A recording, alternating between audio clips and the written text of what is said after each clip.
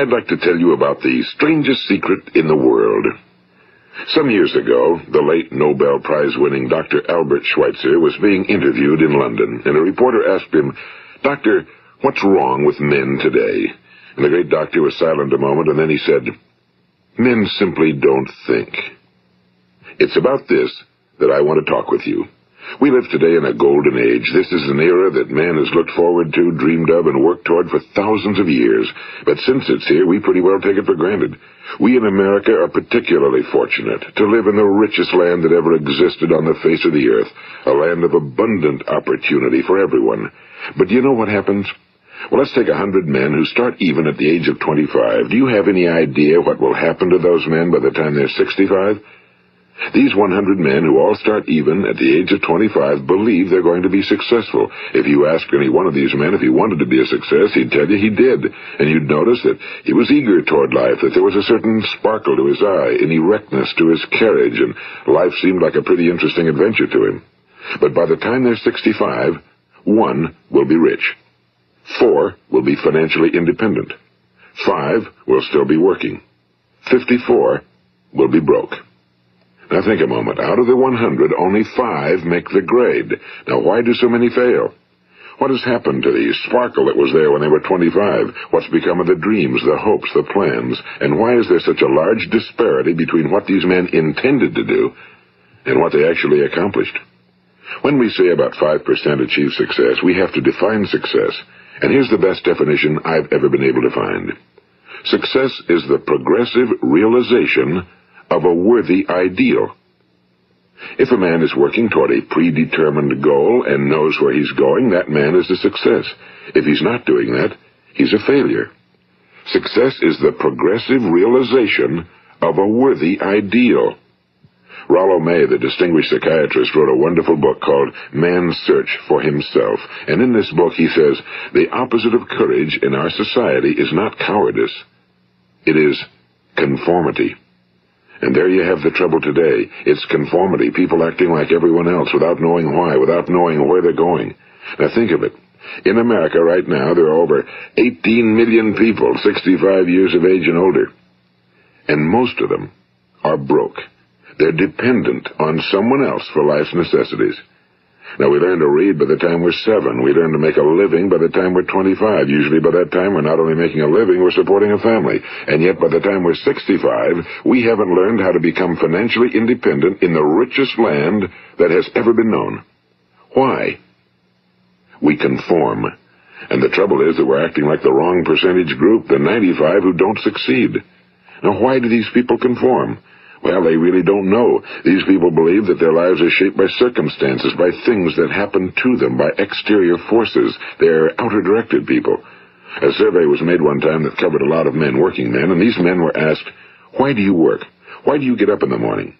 19 out of 20 had no idea. If you ask them, they'll say, well, everyone goes to work in the morning, and that's the reason they do it, because everyone else is doing it.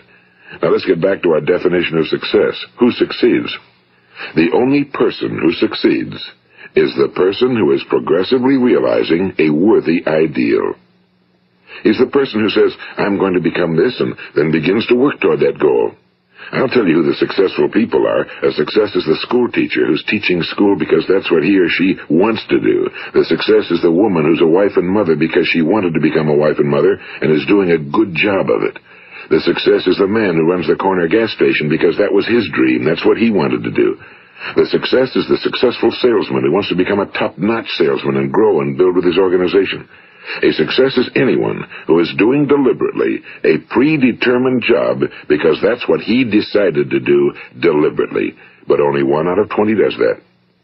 That's why today there isn't really any competition unless we make it for ourselves. Instead of competing, all we have to do is create. You know, for 20 years I looked for the key which would determine what would happen to a human being.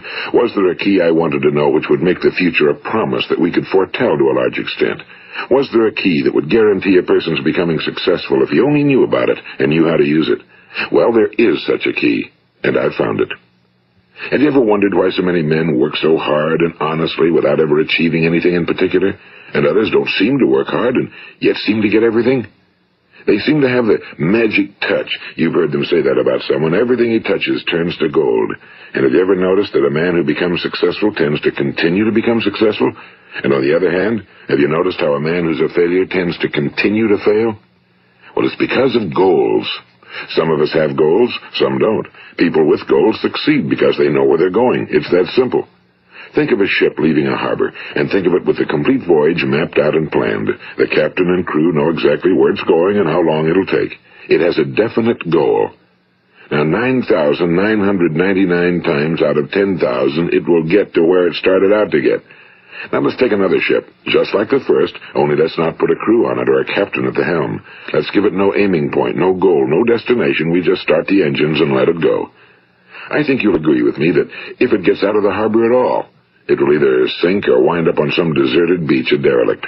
It can't go anyplace because it has no destination and no guidance, and it's the same with a human being. Take the salesman, for example. There's no other person in the world today with the future of a good salesman. Selling is the world's highest-paid profession, if we're good at it and if we know where we're going. Every company needs top-notch salesmen, and they reward those men. The sky's the limit for them. But how many can you find?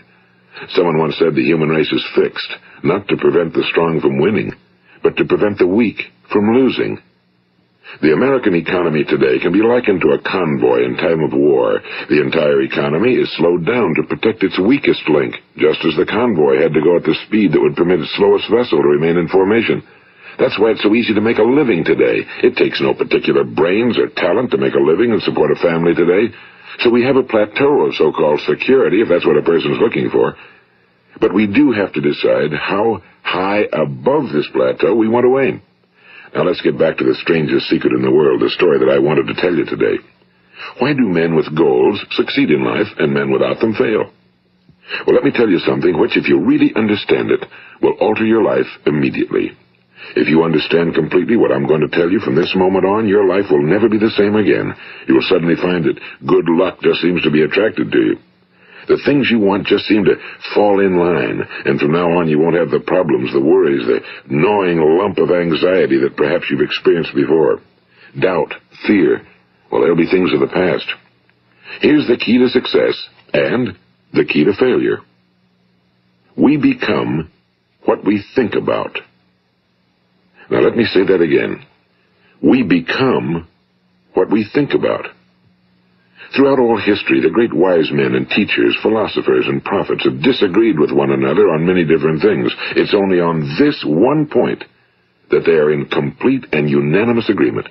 Listen to what Marcus Aurelius, the great Roman emperor, said. A man's life is what his thoughts make of it. Disraeli said this, everything comes if a man will only wait. I've brought myself by long meditation to the conviction that a human being with a settled purpose must accomplish it, and that nothing can resist a will that will stake even existence for its fulfillment. Ralph Waldo Emerson said this, a man is what he thinks about all day long. William James said, the greatest discovery of my generation is that human beings can alter their lives by altering their attitudes of mind. And he also said, we need only in cold blood act as if the thing in question were real, and it will become infallibly real by growing into such a connection with our life that it will become real. It will become so knit with habit and emotion that our interest in it will be those which characterize belief. And he also said, if you only care enough for a result, you will almost certainly attain it. If you wish to be rich, you will be rich. If you wish to be learned, you will be learned. If you wish to be good, you will be good. Only you must then really wish these things and wish them exclusively, and not wish at the same time 100 other incompatible things just as strongly. In the Bible, you read in Mark 9:23, if thou canst believe, all things are possible to him that believeth. My old friend Dr. Norman Vincent Peale put it this way, this is one of the greatest laws in the universe. Fervently do I wish I had discovered it as a very young man. It dawned upon me much later in life, and I found it to be one of the greatest, if not my greatest discovery outside of my relationship to God. The great law, briefly and simply stated, is that if you think in negative terms, you will get negative results. If you think in positive terms, you will achieve positive results. That is the simple fact, he went on to say, which is at the basis of an astonishing law of prosperity and success. In 3 words, believe and succeed. William Shakespeare put it this way, our doubts are traitors and make us lose the good we oft might win by fearing to attempt. George Bernard Shaw said, people are always blaming their circumstances for what they are. I don't believe in circumstances. The people who get on in this world are the people who get up and look for the circumstances they want, and if they can't find them, make them. Well, it's pretty apparent, isn't it? And every person who discovered this for a while believed that he was the first one to work it out. We become what we think about. Now, it stands to reason that a person who's thinking about a concrete and worthwhile goal is going to reach it, because that's what he's thinking about, and we become what we think about. Conversely, the man who has no goal, who doesn't know where he's going, and whose thoughts must therefore be thoughts of confusion and anxiety and fear and worry, becomes what he thinks about. His life becomes one of frustration and fear and anxiety and worry. And if he thinks about nothing, he becomes nothing. Now, how does it work? Why do we become what we think about? Well, I'll tell you how it works as far as we know. Now, to do this, I want to tell you about a situation that parallels the human mind. Suppose a farmer has some land, and it's good fertile land. Now, the land gives the farmer a choice. He may plant in that land whatever he chooses. The land doesn't care. It's up to the farmer to make the decision. Now, remember, we're comparing the human mind with the land because the mind, like the land, doesn't care what you plant in it. It will return what you plant, but it doesn't care what you plant. Now let's say that the farmer has 2 seeds in his hand. One is a seed of corn, the other is nightshade, a deadly poison. He digs 2 little holes in the earth and he plants both seeds, one corn, the other nightshade. He covers up the holes, waters, and takes care of the land, and what will happen? Invariably the land will return what's planted. As it's written in the Bible, as ye sow, so shall ye reap. Now remember, the land doesn't care. It'll return poison in just as wonderful abundance as it will corn. So up come the 2 plants, one corn, one poison. Now, the human mind is far more fertile, far more incredible and mysterious than the land, but it works the same way. It doesn't care what we plant. Success, failure. A concrete, worthwhile goal, or confusion. Misunderstanding, fear, anxiety, and so on. But what we plant, it must return to us. You see, the human mind is the last great unexplored continent on Earth. It contains riches beyond our wildest dreams. It will return anything we want to plant. Now, you might say, well, if that's true, why don't people use their minds more? Well, I think they figured out an answer to that one, too. Our mind comes as standard equipment at birth. It's free, and things that are given to us for nothing we place little value on. Things that we pay money for, we value. The paradox is that exactly the reverse is true. Everything that's really worthwhile in life came to us free.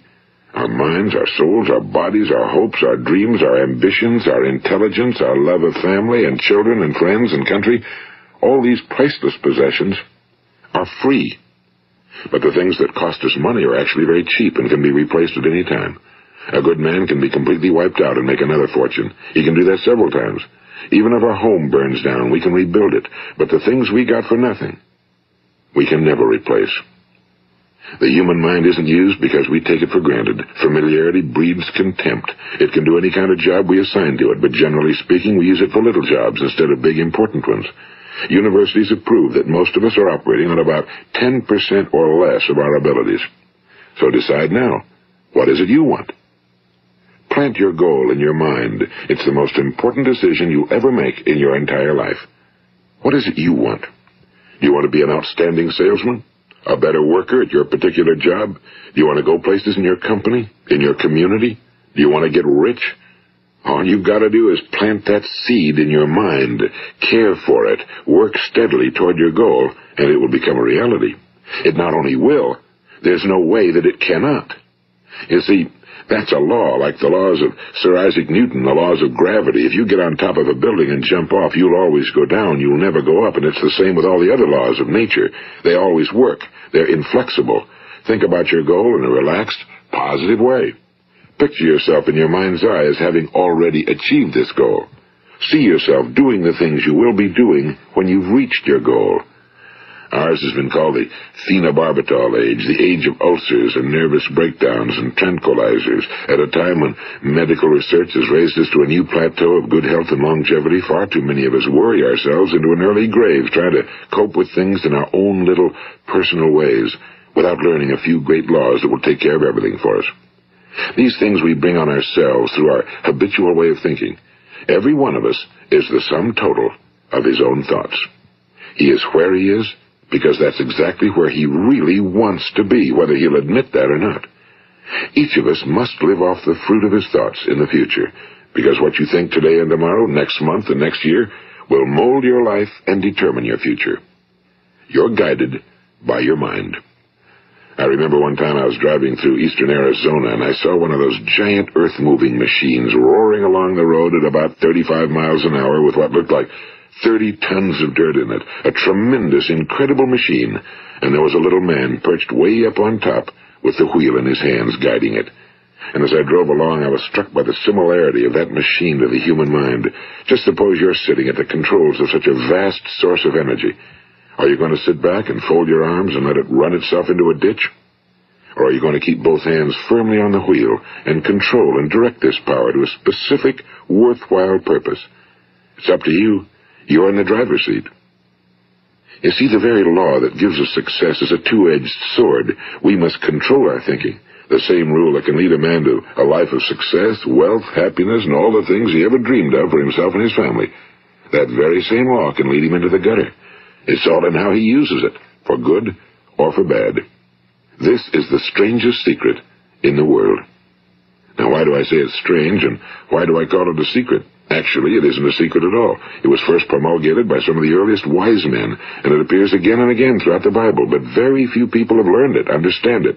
That's why it's strange, and why for some equally strange reason it virtually remains a secret. I believe that you could go out and walk down the main street of your town and ask one man after another what the secret of success is, and you probably wouldn't run into one man in a month who could tell you. Now, this information is enormously valuable to us if we really understand it and apply it.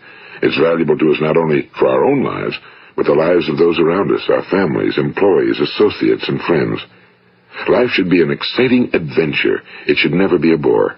A man should live fully, be alive. He should be glad to get out of bed in the morning. He should be doing a job he likes to do because he does it well. One time I heard Grove Patterson, the great late editor-in-chief of the Toledo Daily Blade, make a speech, and as he concluded his speech, he said something I've never forgotten. He said, "My years in the newspaper business have convinced me of several things. Among them, that people are basically good, and that we came from someplace, and we're going someplace. So we should make our time here an exciting adventure.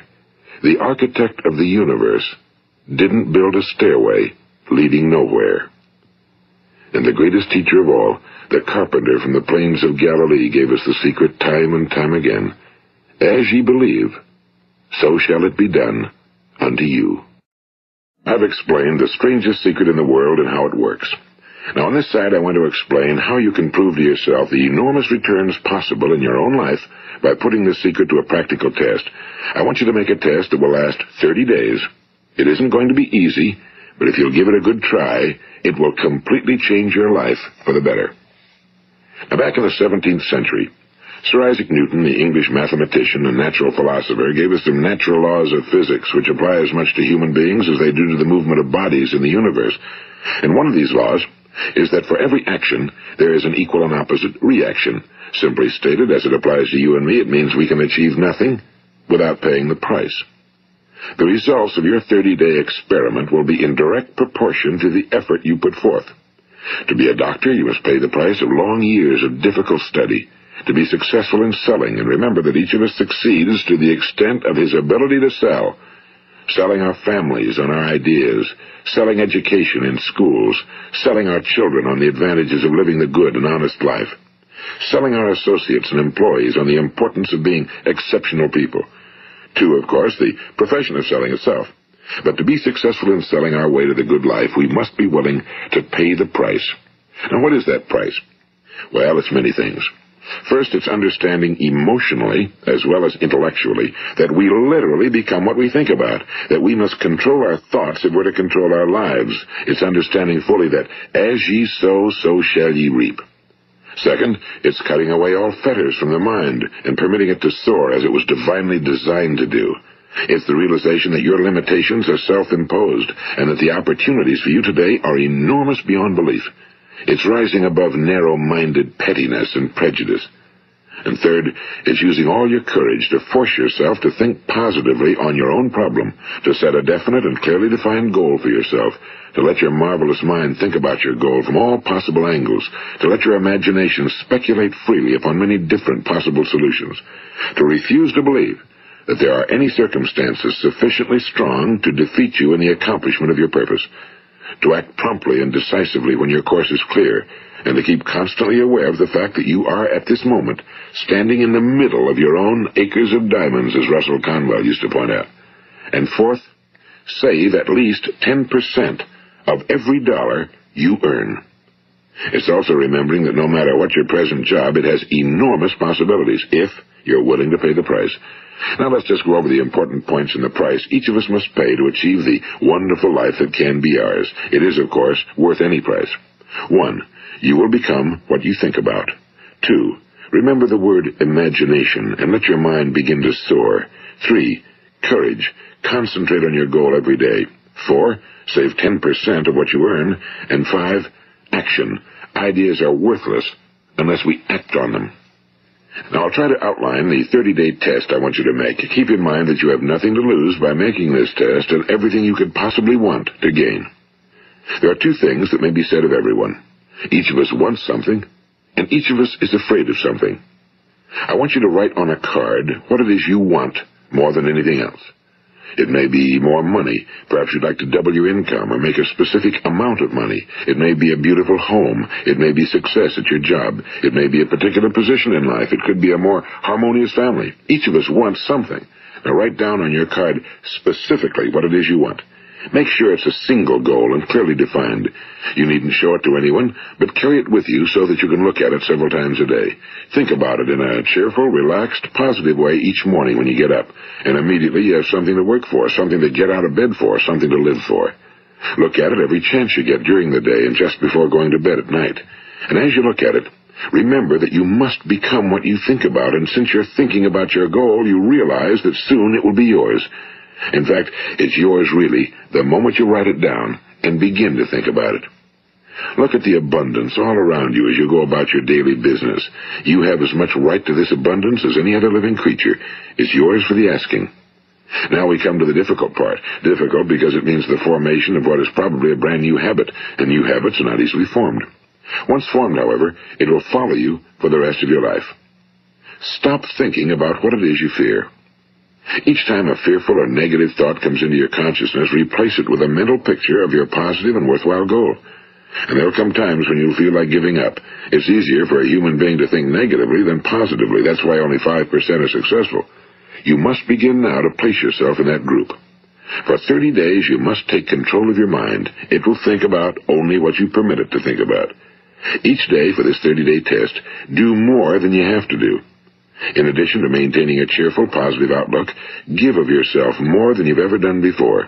Do this knowing that your returns in life must be in direct proportion to what you give.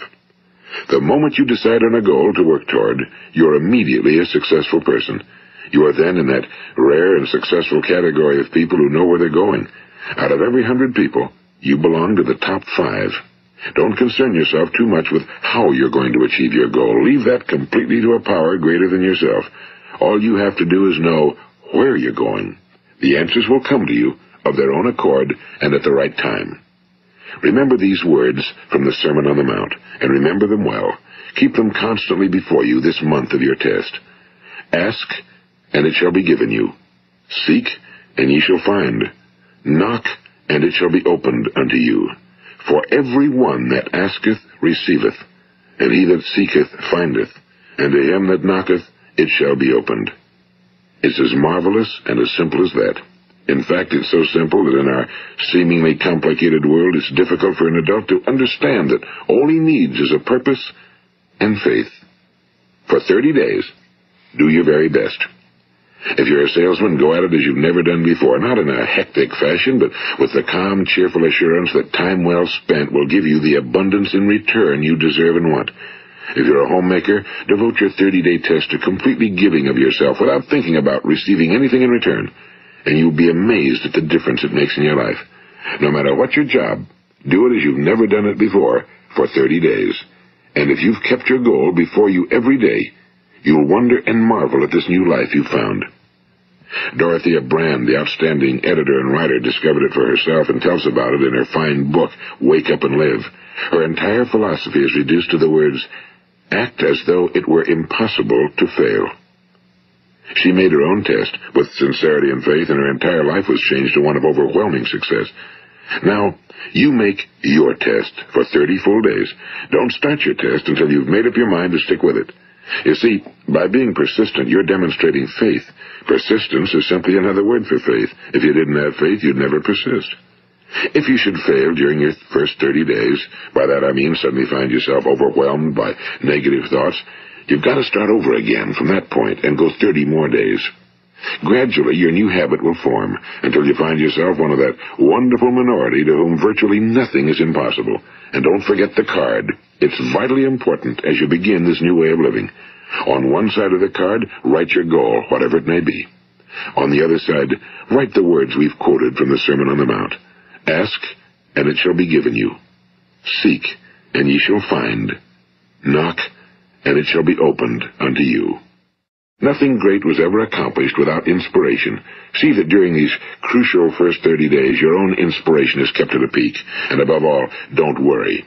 Worry brings fear, and fear is crippling. The only thing that can cause you to worry during your test is trying to do it all yourself. Know that all you have to do is hold your goal before you. Everything else will take care of itself. Remember also to keep calm and cheerful. Don't let petty things annoy you and get you off course. Now, since making this test is difficult, some will say, why should I bother? Well, look at the alternative. No one wants to be a failure. No one really wants to be a mediocre individual. No one wants a life constantly filled with worry and fear and frustration. Therefore, remember that you must reap that which you sow. If you sow negative thoughts, your life will be filled with negative things. If you sow positive thoughts, your life will be cheerful, successful, and positive. Now, gradually, you will have a tendency to forget what you've heard on this recording. Play it often. Keep reminding yourself of what you must do to form this new habit. Gather your whole family around at regular intervals and listen to what's been said here. You know, most men will tell you that they want to make money without understanding the law. The only people who make money work in a mint. The rest of us must earn money.